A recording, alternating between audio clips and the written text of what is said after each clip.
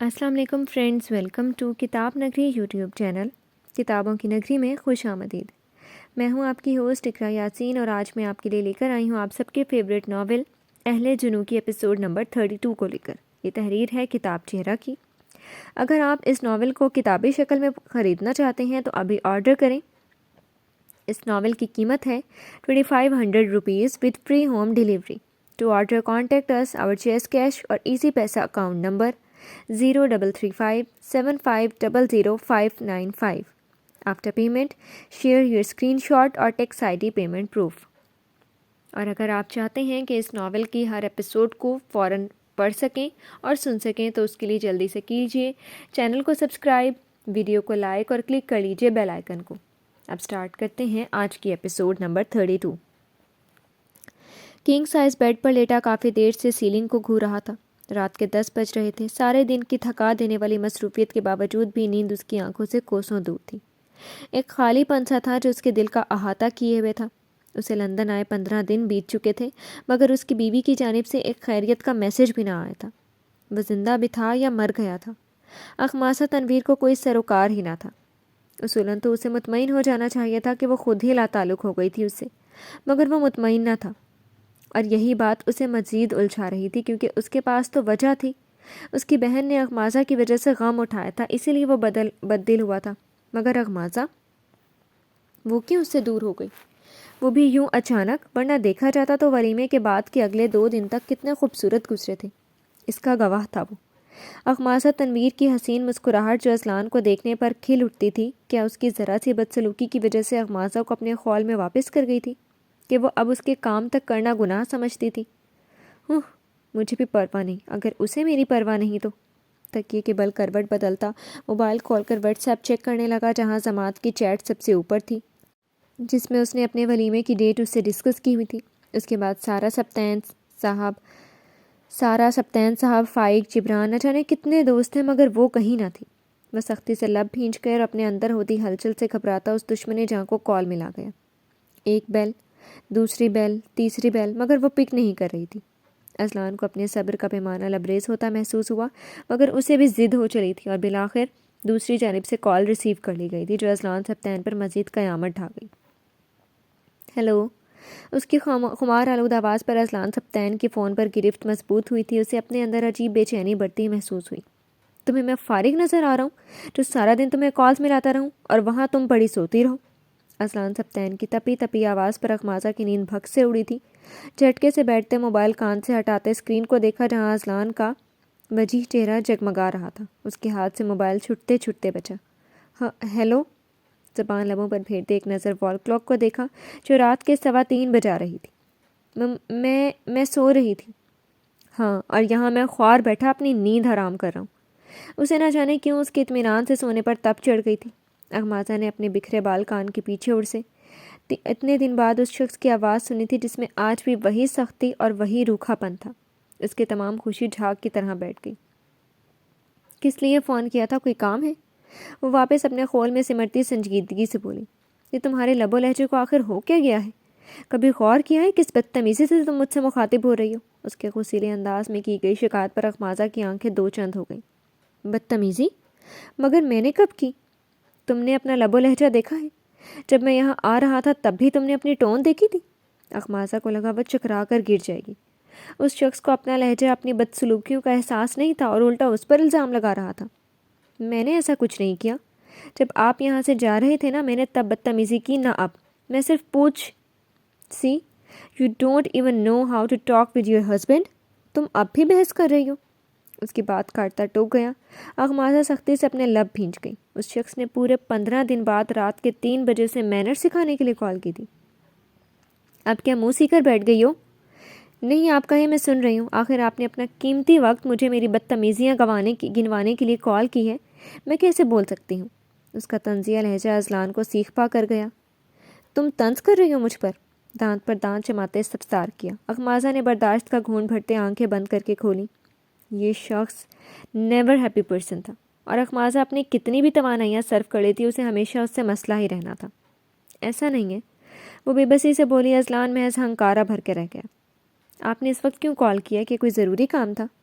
اس بار وہ مدعے پر آتی تحمل سے بولی، ورنہ دوسری جانب بیٹھا شخص اتنا اچھا تو تھا نہیں کہ اس کی خیریت معلوم کرنے کے لیے کال کرتا۔ کل میرے مینیجر کے ساتھ بینک کا ایجنٹ آئے گا تم سے کچھ پیپر سائن کروانے۔ کیسے پیپرز؟ تمہارا اکاؤنٹ اوپن کروانے کے لیے۔ اخماسہ حیرت میں مبتلا ہو گئی۔ مگر کیوں؟ مجھے اکاؤنٹ کی ضرورت نہیں، میرے پاس ہے ایک اکاؤنٹ۔ اس کے انکار پر اذلان کے ماتھے پر شکن پھیلی تھی۔ ہر بات میں بحث مت کیا کرو، اور تمہارا پچھلا اکاؤنٹ بند ہو چکا ہے اگر کچھ خبر ہو تو، اس لیے کل ایجنٹ کو پیپر سائن کر کے دے دینا۔ مگر مجھے اکاؤنٹ کی ضرورت نہیں ہے۔ وہ لڑ نہیں رہی تھی، بس یوں ہی سادہ سا انداز میں بولی تھی۔ تمہیں نہیں مگر مجھے ہے۔ میں کیش ہاتھوں میں لے کر نہیں گھومتا۔ تمہاری حق مہر کی اماؤنٹ اسی میں ٹرانسفر کروں گا، اور ہماری فیملی میں سب کے اپنے اکاؤنٹس اور ڈیبٹ کارڈز ہیں۔ Do you know that? اس کا دو ٹوک انداز اخماسہ کو خاموش کر گیا۔ سبتین فیملی کے ہر شخص کے پاس اپنا اپنا گولڈ کارڈ موجود تھا، مگر اخماسہ کو اس کی نہ تو ضرورت تھی اور نہ ہی شوق۔ اور رہی حق مہر کی بات، تو کیسا حق مہر؟ جتنا خرچہ اس نے ثانیہ بیگم کے علاج پر خرچ کیا تھا، کیا وہ کم تھا؟ پلیز مجھے نہیں چاہیے کوئی حق مہر۔ آپ نے میری امی کے کیا بکواس کی؟ ایکسپلین کریں گی پلیز؟ آپ نے میری امی کے اخراجات اور ہاسپٹل کے bills. Just shut your mouth idiot. تمہیں میں کیا نظر آ رہا ہوں؟ ہاں؟ اس کی بات کاٹتا وہ اتنی زور سے دھاڑا کہ اخماسہ کو اپنا دل حلق میں آتا محسوس ہوا تھا۔ بولو، مجھے سمجھتی کیا ہو تم؟ میں آخری بار وارن کر رہا ہوں تمہیں اخماسہ کہ اگر آئندہ ایسی بات کی تو مجھ سے برا کوئی نہیں ہوگا۔ اس کے تنبیہی انداز پر اخماسہ کی آنکھیں نم ہونے لگی۔ جی تو جہاں کہہ دے، وہ اب بھی سب سے برا تھا۔ کبرڈ سے ریڈ کلر کی فائل نکالو، صبح وہ میرے مینیجر کے حوالے کر دینا۔ اپنے آنسو حلق میں اتارتی کال کاٹ کر کبرڈ کی جانب بڑھ گئی۔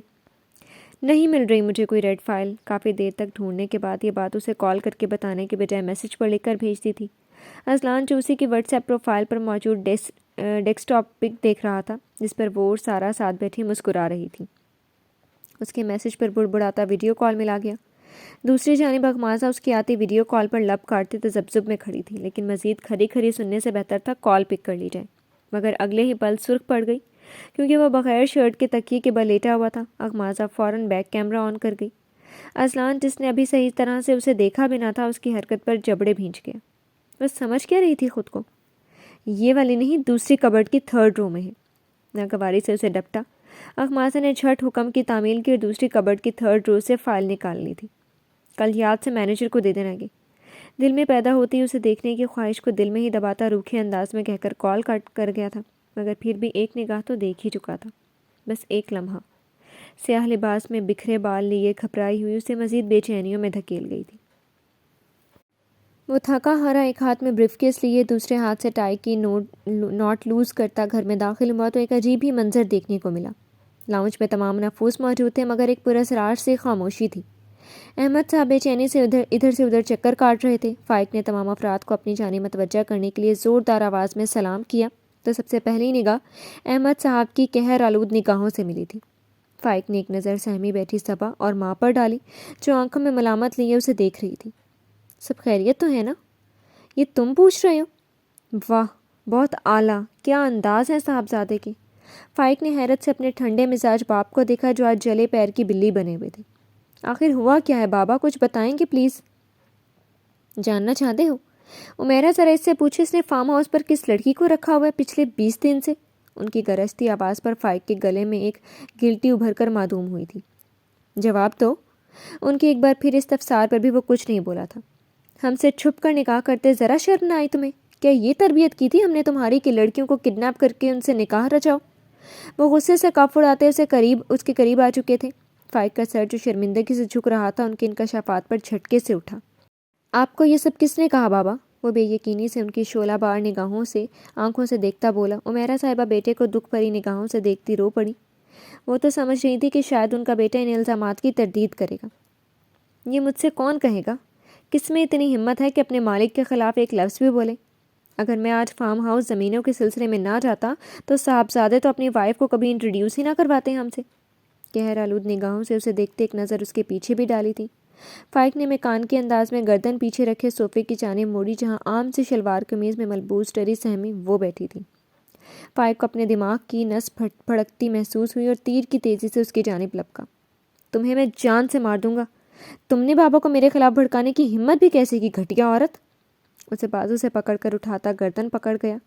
صبا اور عمیرہ صاحبہ کی چیخیں ایک ساتھ گلے سے برآمد ہوئی تھیں۔ احمد صاحب تیزی سے اس کی سمت لپکے۔ اپنے ہوش و حواس بالکل کھو بیٹھے ہو کیا؟ چھوڑو اسے۔ علیشہ کی گردن اس کے شکنجے سے نکالنی چاہی کیونکہ اس کا چہرہ زرد پڑنے لگا تھا۔ نہیں بابا، یہ میری خوشیوں کی دشمن ہے، اب مجھے میرے اپنوں کی نظر میں برا بنانا چاہ رہی ہے، گرفت مضبوط کرتا عجیب جنونی لہجے میں بولا۔ علیشہ کی آنکھیں ماری اذیت کے ابلنے کو تھیں۔ کیا جہالت ہے، چھوڑو اسے فائق۔ اسے علیشہ سے پرے دھکیلتے زوردار تھپڑ منہ پر چڑھ گئے۔ علیشہ دھکے کے سبب نیچے گرتی زور زور سے کھانسنے لگی، آنکھوں سے مسلسل آنسو گر رہے تھے۔ تم نے ہر حد پار کر دی، اب کیا جان سے مارنا چاہ رہے اسے؟ گرجتے بے غصیلے انداز میں اسے گھورا۔ فائق کی آنکھوں میں خون اترا ہوا تھا اس وقت۔ آپ مجھے کہہ رہے ہیں کہ میں نے ہر حد پار کر دی؟ اس ناگن کو بچا رہے ہیں جس نے آپ کی بیٹی کو اغوا کیا، میری ساری خوشیاں چھین لیں۔ وہ بھی باپ کی ناانصافی پر چیخ اٹھا۔ علیشہ نیم مردہ حالت میں زمین پر بیٹھی صوفے سے ٹیک لگائے گہرے گہرے سانس لے رہی تھی۔ اور تم نے جھانکا اپنے گریبان میں، ایک لڑکی کو اغوا کر کے اس کی عزت پر انگلیاں اٹھوائیں، نکاح بالجبر کر لیا، اسے اس کے ماں باپ سے ہمیشہ کے لیے دور کر دیا اور نوکروں کے رحم و کرم پر اپنی عزت چھوڑ دی۔ بتاؤ کتنے جرم گنواؤں میں تمہارے؟ انہوں نے ناگواری سے اسے دیکھا جو علیشہ کو خوناشام نگاہوں سے دیکھ رہا تھا۔ صبا اور عمیرہ صاحبہ انگشت بدندہ ان تینوں کو دیکھ رہی تھی۔ آج نہ فائق وہ پہلے والا نرم دل مہربان فائق نظر آ رہا تھا، نہ احمد صاحب اور نہ ہی علیشہ محمود جس کی ناک پر غصہ اور غرور ہر وقت ٹکا رہتا تھا۔ آج وہ کسی زخمی بے بس پنچھی کی طرح سسک رہی تھی۔ اس کے بے بس انداز اور میلے لباس نے انہیں حیران ہی تو کر دیا تھا۔ یہ میری عزت نہیں ہے، اور اپنے وفادار بھروسے والے ملازمین کے حوالے کیا تھا اسے، تڑک کر بولتے انہیں دیکھا۔ شرم کرو، نکاح کرنے کے بعد یہ کہہ رہے ہو کہ یہ عزت نہیں ہے تمہاری؟ اور کیا کبھی صبا کو ایک دن کے لیے بھی تنہا اس فارم ہاؤس پر ان ملازمین کے حوالے کر سکتے ہو؟ جواب تو مجھے۔ فائق نے شکایتی نگاہوں سے باپ کو دیکھا۔ وہ کہاں اس کی بہن کا اس ناگن سے مقابلہ کر رہے تھے۔ بابا آپ ناانصافی کر رہے ہیں، شروع سے یہ لڑکی فساد۔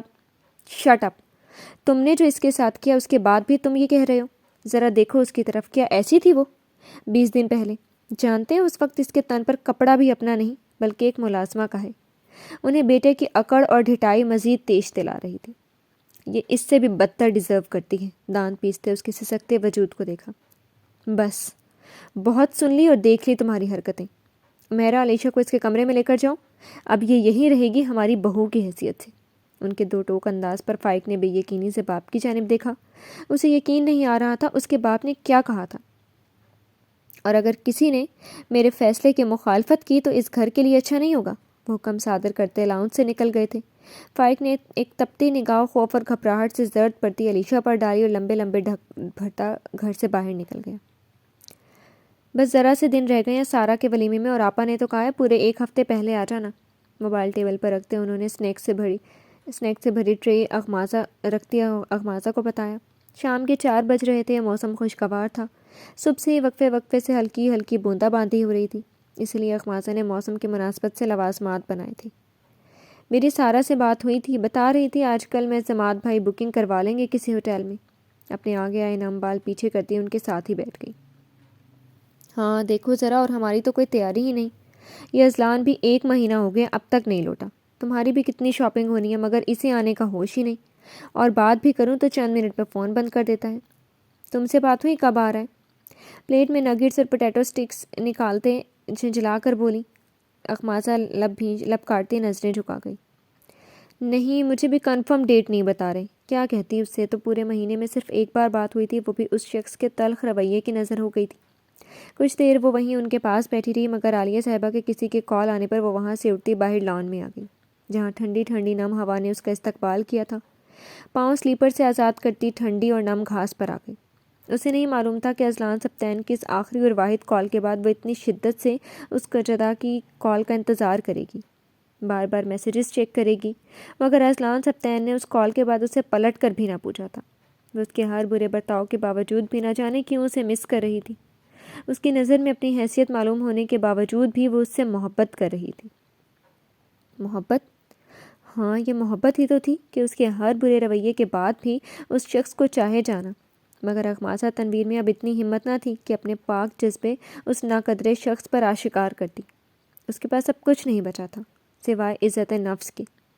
اور اخماسہ نے سوچ لیا تھا اب مزید خود کو اس شخص کے لیے قربان نہیں کرے گی، چاہے اس میں خود اس کے دل کا ہی خون کیوں نہ ہو جاتا۔ یہ کیا کر رہے ہو؟ صبح سے دیکھ رہی ہوں انہیں پودوں میں گھسے ہو۔ پودوں میں لگے مجید کو دیکھتے اخماسہ پوچھے بغیر نہ رہ سکی۔ ارے بی بی جی، جب سے مالی بیمار پڑا ہے معصوم توجہ کے لیے رو رہے تھے، اسی لیے تھوڑا ترس کھا لیا میں نے آج۔ کچرا ہٹا کر پودوں کی زمین ہموار کرتے اسے بتایا۔ نام پتہ ہے ان سب کے؟ ارے کہاں، قسم سے اصلان بھائی نے ایسے مشکل چن چن کر انگلش پودے اکٹھے کیے ہیں، انہیں یاد کرنے کے لیے بھی دن چاہیے، اور اس سے بہتر میں اپنی کورس کی کتابیں کھولوں۔ اس کے چہرے پر چھائے کوفت اخماسہ کو ہنسنے پر مجبور کر گئی۔ یہ بندہ اخماسہ کو بڑا پسند تھا، گھر کے ہر فرد کا بالکل اپنا سگا رشتہ سمجھ کر خیال رکھتا تھا۔ اخماسہ جب بھی یونیورسٹی سے تھکی ہاری لوٹتی کوئی نہ کوئی مختلف قسم کا جوس یا سلش اس کی خدمت میں پیش کر دیتا۔ اچھا، اور اگر تمہارا یہ پودوں پر ترس کھانا ان کی صحت خراب کر گیا، اس بارے میں سوچا ہے؟ اس نے مسکراتے ہوئے اسے چھیڑا۔ مزید کا چہرہ پل بھر میں بدلا تھا۔ کیا ہولناک باتیں کر رہی ہو بی بی جی؟ اصلان بھائی نے الٹا لٹکا کر مارنا، سارا بی بی کو بھی نہیں بخشتے تھے، ان کے لیے تو۔ سٹ پٹاتے ہوئے بیلچہ نیچے پھینکتا اٹھ کھڑا ہوا۔ اخماسہ مسکراتی ہوئی سر نفی میں ہلاتی واپس پلٹ گئی، مگر اس کے قدم وہیں ٹھہر گئے تھے۔ نگاہ عین سامنے ڈرائیو وے پر کھڑی سیاہ 3 پیس میں ملبوس پینٹ کی جیبوں میں ہاتھ پھنسایا اذلان سبتین سے جا ملی تھی، جو ماتھے پر شکنے لیے بھوے سکیڑے اسے ہی دیکھ رہا تھا۔ اس کی اچانک آمد پر وہ اپنی جگہ اچھی خاصی سٹ پٹائی تھی۔ ارے السلام علیکم بھائی، آپ نے تو اطلاع بھی نہیں دی۔ مجید کپڑے جھاڑتا اس کی جانب دوڑا تھا۔ میں نے کب اپنے آنے کے بارے میں اسپیشلی انفارم کیا ہے جو اب بیویوں کی طرح شکایت کر رہے ہو؟ اس نے ابرو اٹھاتے سنجیدگی سے پوچھا تو مجید جھیمتا ہوا سر ہلاتا ڈگی کی جانب بڑھ گیا۔ اذلان نے نگاہ واپس اس کی جانب موڑی۔ لیمن کلر کے لان کے لباس پر شفون کا دوپٹہ اوڑھے نگاہیں جھکائے چھوٹے چھوٹے قدم اٹھاتے قریب آ رہی تھی۔ السلام علیکم، اس کے قریب رکتے مدھم لہجے میں بولتی آگے بڑھ گئی۔ اذلان نے بغور اسے دیکھا تھا، نہ لہجے میں کوئی جوش تھا نہ لبوں پر مسکراہٹ۔ وہ جو کچھ دیر پہلے مجید کے الٹے سیدھے جوکس پر مسکرا رہی تھی، اب وہ بھی مفقود تھی۔ جبڑے آپس میں بھینچتا اندر کی جانب بڑھ گیا۔ اس لڑکی نے پورا مہینہ صرف اس کا ضبط آزمایا تھا، آخر کس بات کی اکڑ اور غرور تھی اسے؟ لاؤنج میں بیٹھی ماں سے ملتا اپنے کمرے کی جانب بڑھ گیا، جسے زندگی میں پہلی بار اتنی شدت سے مس کیا تھا۔ جاؤ بیٹا، کچھ کھانے پینے کے لیے لے جاؤ، اتنے لمبے سفر سے لوٹا ہے۔ میں رات کے کھانے کا انتظام کروا لوں گی، تم فکر مت کرنا۔ عالیہ صاحبہ کی ہدایت پر وہ چھینپتی کچن کی جانب بڑھ گئی۔ اس کے لیے اچھی سے چائے بنا کر سینڈوچ، نگیٹس اور پین کیک سجاتی اوپر کی جانب بڑھ گئی، مگر اسے کوئی خوش فہمی لاحق نہ تھی، کیونکہ جس طرح کھڑا وہ لان میں اسے گھور رہا تھا، ضرور پھر کوئی کھچڑی پک رہی تھی اس کے دماغ میں۔ کمرے میں داخل ہوئی تو پورا کمرہ اے سی کی تیز کولنگ سے ٹھنڈا یک ہو رہا تھا، جبکہ وہ ٹراؤزر اور سینڈوں میں ملبوس نہایا ہوا صوفے پر آنکھیں بند کیے نیم دراز تھا۔ اخماسہ اس کے سینڈوں پر ہی شکر کا سانس بھرتی قدم اس کی جانب بڑھا گئی۔